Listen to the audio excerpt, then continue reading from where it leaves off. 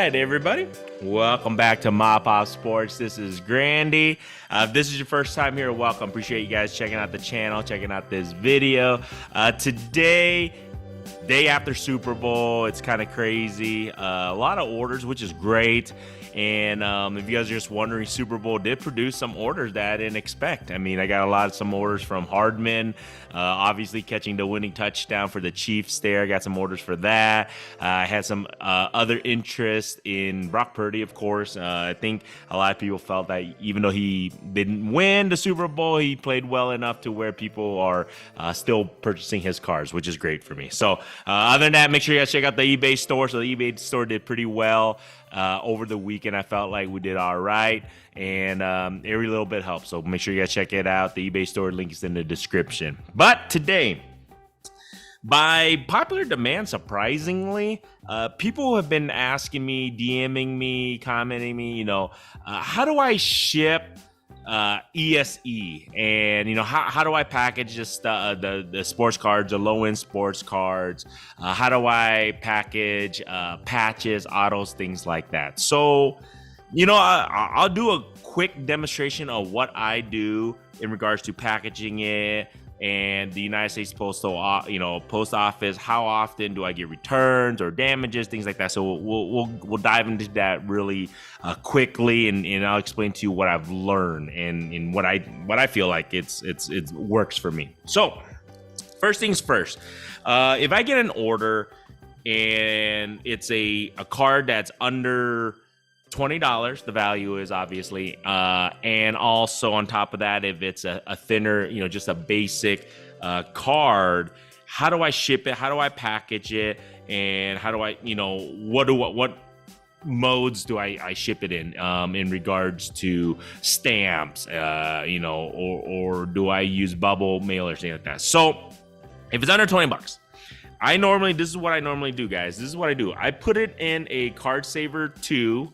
or they have other companies, that provides a similar size of the card. So it's not the bigger one. So the bigger one is this one. So like a Card Saver 1. Card Saver 1 are a little bit bigger. These are the ones I use to send in to get graded. So you can see the big difference. So you can see the difference. Card Saver 2 is a little bit smaller, and it fits the card perfectly. If it's just a basic, it's a 3.5 by whatever 5-inch card on that. So it fits in perfectly, and it's nice and thin. This is what I normally do.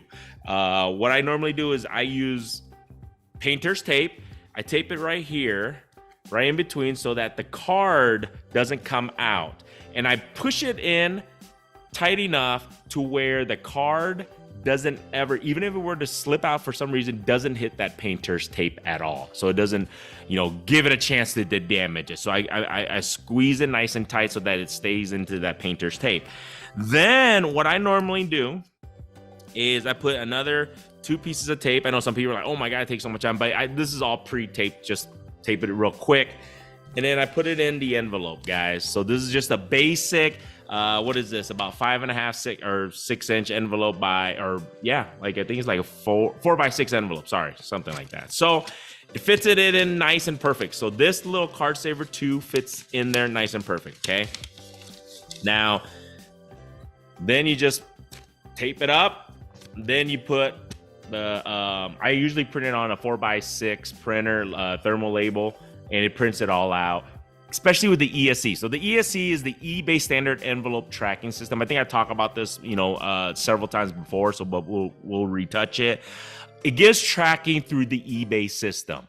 Doesn't give you tracking through. So this is the thing. Confusion is people think that the track is an ESE number, and they think they can look it up on the United States Postal Service. You can't. You have to go through the eBay system. It's an eBay system tracking number system. So if you can see where your product is most of the time. They update it, I would say the good 80% of the time.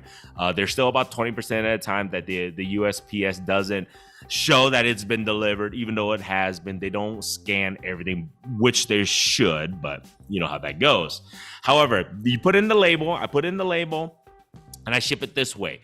Now, people ask, why do I use the Card Saver 2 versus a top loader, like a typical top loader? So one of these top loaders. So the reason being is these little top loaders are a little bit thicker. Now, what you have to understand is that if you don't know, the United States Postal Service, they machine these items that are like 64 cents. This is the shipping, the stamp is 64 cents. So they ship this and they machine it. So when they machine it, it bends the card. I'm just letting you guys know, this is the truth. It bends the card in the machine. It scans it, it goes quicker, it's easier for them. And that's why it's the cheapest route to ship your card. And very do I have hardly any issues with these bending with the Card Saver 2s. These don't bend very well inside the machine. So people are asking me, or people are like, why do I have issues when I ship it via top loader? It's because top loaders don't bend as well as the Card Saver 2. So there you go. That's number one. Number two, the Card Saver 2, what it also does is it protects it very well when it's going through the machine. When you have a top loader and it goes through the machine, it can get stuck. It can damage the card. It can damage the top loader. It damages your mail. So I'm just letting you guys know. However, people still live and die by the top loader, through the machine or shipping it, which is fine. Anybody can ship however you want. This is how I do it. This is what I've seen to work best for me. If you ship it through with a top loader, what I recommend, it's up to you. If you want to do that, you get a piece of paper. Here, I'll show you. You can get a piece of paper. If you have the card in the top loader, you fold that piece of paper in to help keep it, I guess you can say, somewhat malleable if they're machining it, right? Now, when you put it in, this is what even with the Card Saver 2, what you do is when you put it in this envelope, you try to put it in the middle and right here. So when you're taping it, if you can look in here, I don't know if you guys can kind of see that. I put it in the middle of the envelope. And the reason being is when it gets machined, it catches it a little bit easier and faster if this is a little bit more flimsy. You see how this is a little bit more flimsy? And it'll go right through the machine, shipping it. Now with the top loader, I would tape it as much as you can in the middle. I don't recommend it. I'll tell you guys that I don't recommend using a top loader. You'll have more issues than that. That's what I believe. I've done it before. But if you have to, if you're going to use a top loader, tape it in the middle as much as you can, squeeze it. So then when it goes through the machine, hopefully percentage-wise, it'll go through the machine. You shouldn't have any issues. I get it. The top loaders can protect your card a lot better. But the Card Saver 2 does a really, really good job. That's what I recommend. That's how I do it for the ESE purposes wise. Now, people also ask me, so how do you do the thick patches? So what I normally do, like patches like this, like thick patches, a little bit thicker. I actually do use the Card Saver ones now, the little bit bigger ones, because you can fit the thicker cards inside of these. Now, what I normally do is, so just so you guys understand, when I'm shipping it with the ESE method, and I know I'm gonna machine it, what I normally do is I pay the 64 cents one. They raised the price on that. However, if knowingly I'm going to use the patch, I don't want them to machine it. You do not want them to machine it because it will bend your card and it will put a crease alongside wherever the patches are, or if the thicker card, it will put a crease and it'll damage your card and it's pointless to even sell that card. So what I normally do is I will ship it at the 3-ounce level. So if you're selling on eBay, or even if you're not, so just so you guys know, this goes for both if you're selling on eBay or you're just shipping cards, single cards in general. There's a 3-ounce selection that you can select for the ESE shipping. And the 3 ounce is $1.12 currently with the United States Postal Service. So it still gives you tracking through the eBay system, but it's $1.12 instead of the 64 cents. However, with this mode, what I normally do is I always mark on the envelope, on the back side of the envelope, after I put the label and everything already. I tape them this. This is for the thick ones. Do not bend, do not machine. So I write that in bright red letters. Do not bend, do not machine. When you pay the $1.12, the 3-ounce version of this mail, remember, it still can't be more than 1/4 of an inch thick. So don't be thinking you can fit as many cards and it's this thick and you try to send it, you can't. Remember, it's got to be under 1/4 of an inch. So you got to be still super thin enough to send a patch, just so you guys know on that. When I put it that way, they're supposed to manhandle it and not machine it. They're supposed to. Now, have I had issues where I have had returns on cards that are patches who've been damaged or has been machined and whatever? Yeah, I'm just letting you guys know that. And that's in reality, it's not the seller's fault, but you're gonna take responsibility for it because it's your item. You're this, it's your business. However, sometimes the U.S., I would say a good less than 1% at a time. It happens. It doesn't happen a lot, but it does happen where they accidentally machine it, even though you write in big red letters, do not bend, do not machine, and they're supposed to hand sort it. It happens that they end up sending it through the machine, and it could damage your card. It could get returned back to you. So it happens, but they're supposed to manually hand sort it so it doesn't get bent, it doesn't get machined. So that's the 3-ounce version of the ESE single coat. So that's how I would ship patch cards, thicker cards. I use the Card Saver 1, and I paid the additional fee, like I said, the 3-ounce of the ESE fee versus the 64-cent regular stamp fees. So that way they hand deliver it. They're supposed to hand sort it, guys. So that's how I normally do it.